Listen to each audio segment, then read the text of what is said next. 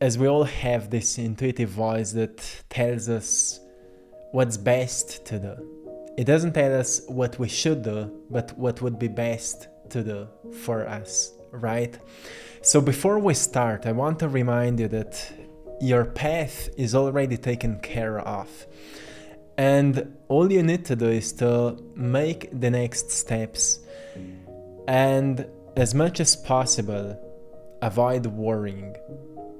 If you're able to stay in that sensation of trusting the process, trusting yourself, trusting your capabilities, you will notice that every time you're worrying, you're like in fight with yourself, you're in fight with what's happening, you're in resistance to flow. But doesn't matter how heavy situation may be, you recognize that worrying will not get you closer to where you want to be. It will just prevent you to get there faster, because it is slowing you down. It's like an anchor. Worrying is always anchoring us somewhere to feel stuck. Like in a river flow, you would be, holding to certain rocks, so the stream of a river can't move you further away, further towards where you're meant to be. So I want to give you a few reminders that will help you on this process, because all of us may find ourselves in certain situations where sometimes we feel stuck, sometimes we feel like everything works against us, sometimes we feel like we want to give up, like sometimes we are receiving messages from people who wanted to end their lives, and through certain synchronicities, sometimes they come across the right information, the right video, the right book, or something that was just the right for them, and it waked them up to a new level of enthusiasm that reminded them that maybe there is a deeper meaning. And every time I read those messages, I feel like people truly can change. And sometimes we just need to get the right insight, or the right trigger needs to activate within us, right? So I want to remind you to always go after that dream that you have instead of people. Go after dreams, not people, my friend. Because you will notice we can follow other people. You can follow some, like this channel, for example, you're following myself here, and you may be following many other people, and those people may inspire you. We may inspire you to live your life in a certain way. But at the same time, we may be distracting you from your own dream, because you may find yourself, I want to paint like Gasper is painting. But deep inside you have this dream that actually you want to be a unique individual artist, or whatever you're working on. So the point is that you take inspiration from people, but don't follow their steps, because you have your own path to walk and to pave eventually. So go after your dreams, not people, is a great advice, because you will notice that more than anything, you can look around yourself for insights, for knowledge, for wisdom, for potential inspiration that can feed up your inner fire to go after your dream. And to go after your dream doesn't mean that you just follow your bliss without, managing your life. Maybe right now you're at a job that you hate, and you may be thinking like, I actually want to do more of what I like to do, or more of what I love to do. But I can't see myself doing that without being able to support myself financially. So start this side project where you start working on a dream, but at the same time you're going still at your old job. You will notice even your old job will become more meaningful, because suddenly you have a purpose in your life. Suddenly you know how to invest that money that you're getting as a salary more wisely. And suddenly everything will start to make more sense, and eventually you will start finding ways how to support yourself in that dream project, maybe without your job. And of course, for me, it took me about 3 years to figure things out. So don't rush the process. Sure, right now we're in a whole new time and there's many more options, but for us to adapt to a new lifestyle, it still takes time. It takes actually a lot of time for us to figure everything out, to organize everything, to connect the right information, gain the right skills, so we can start maintaining a new lifestyle. So take it easy, but always go after your dream, not people. Even certain people may take you into a certain direction and it may sound interesting, but if it doesn't resonate with your inner truth, with your inner heart, don't go there, my friend, because you will notice that your inner voice is with you. And as I always say to you, build a relationship with it, because your life will just become much easier and much more fluid. It doesn't mean that you will let go of all the struggles and challenges, but at the times of deepest worrying and fear, you will in tune with it, and it will tell you what to do. It will tell you what to do. And I know that. I've been through financial struggles, I've been through struggles in relationships, and I've been through struggles when people promised me that they will support me financially at the beginning of my journey. When a person called me, hey, I want to buy your painting, and sometimes it was a commission artwork where they promised me a certain, how much they will pay me, and I put a lot of hours into a painting and then they just disappeared. And things like that happen on our journey. But it needs to happen, so we learn the downside of that.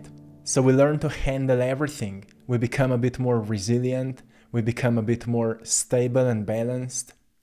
And we recognize that not all information are good information. Not all good news are actually good news, right?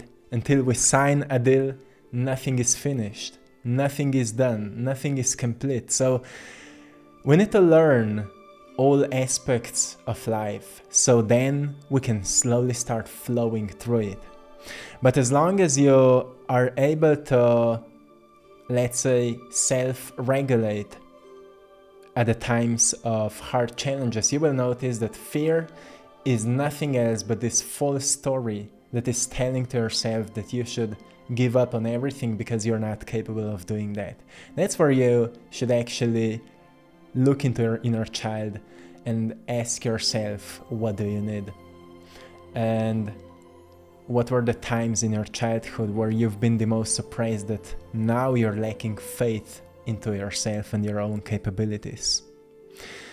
Another reminder I want to give you, is it is deeply related to what I said, is to learn how to love yourself. And I know you've heard it before, and sometimes people say, hey, you're constantly repeating yourself, and I do. And I love that, because I know you see me growing through the years. And I'm not growing because I'm constantly finding new information. It's because I'm returning myself to old information and seeing them from different perspectives. Like reading same book over and over again, and every time you read it, you see something new in it. It's because the personal evolution, the evolution of consciousness is so complex and there's nothing new to it. Like, you can't explain it in so many different languages. More you go into the truth, more you recognize how simple it is. That's why we have to repeat ourselves. And every time we hear something, we should question it. How could I apply it in my life? Even if I've heard it hundreds of times, am I applying it, or is this just repeating in me intellectually and I actually don't understand what it means? That's why I say it's constantly repeating. When you start applying the concept of self-love, you recognize it's nothing intellectual here. It's an act of acceptance. It's an act of validating yourself, seeing yourself, noticing yourself, being there for yourself, tapping yourself onto your shoulders and saying, hey, I did good here. I did good.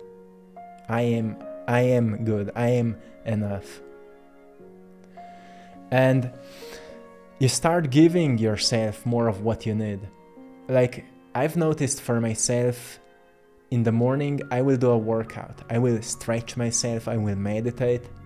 That's a self-love practice for me. I need those things. And then through the day, I just feel much better because of it. Even when hard times, sometimes, things come that challenge us. But as long as I know how to love myself, I will just not allow myself to fall into fear. I will stay in my heart center and I will accept what is happening. I will say to myself, well, everything is as it's meant to be. And I will take the most out of it. I will make the most out of it. And 2 years ago or 3 years ago, it would be really hard for me.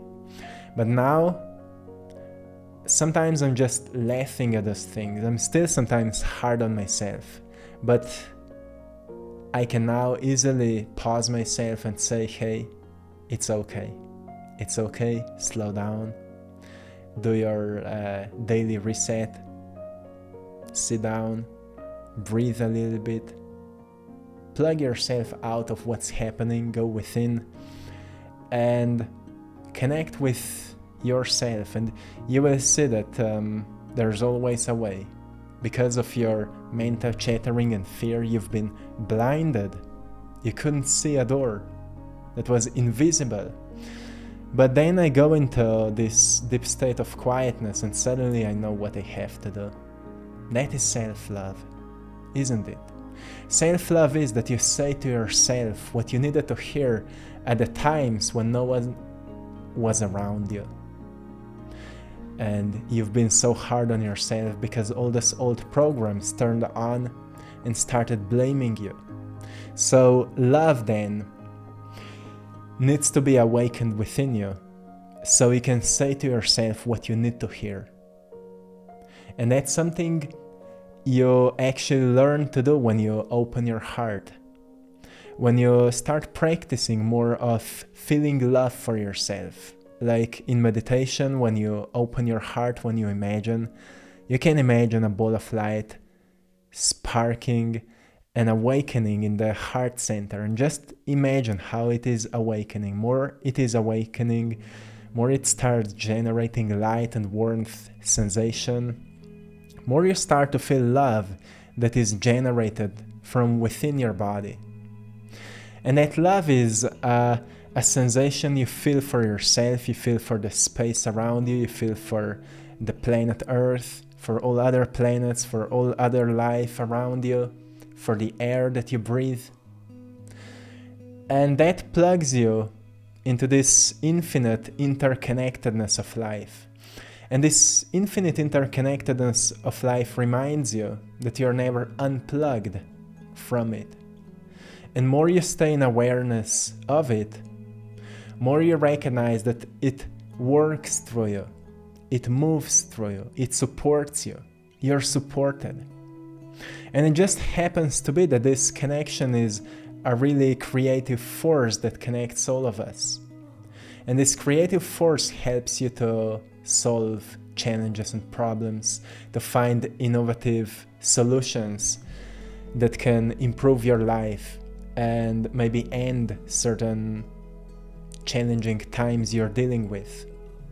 And all you need to do is to learn to build a relationship with it. Actually, through that inner work, I've come across an idea for this YouTube channel that I've started building years ago. And I just believe that in this inner connection, I'm plugged to the source. I feel connection with it. That's where I get ideas for my art. And I just feel presence of something divine. And in that presence, I can ask it for what I need or what would be helpful or what should I share with your something like that. It's a really incredible thing you can do when you start maintaining that. So I want to encourage you to learn how to love yourself. Another thing I want to remind you is to never lose your childlike wonder. Wonder is such a beautiful emotion. It puts us into a state of childlike playfulness.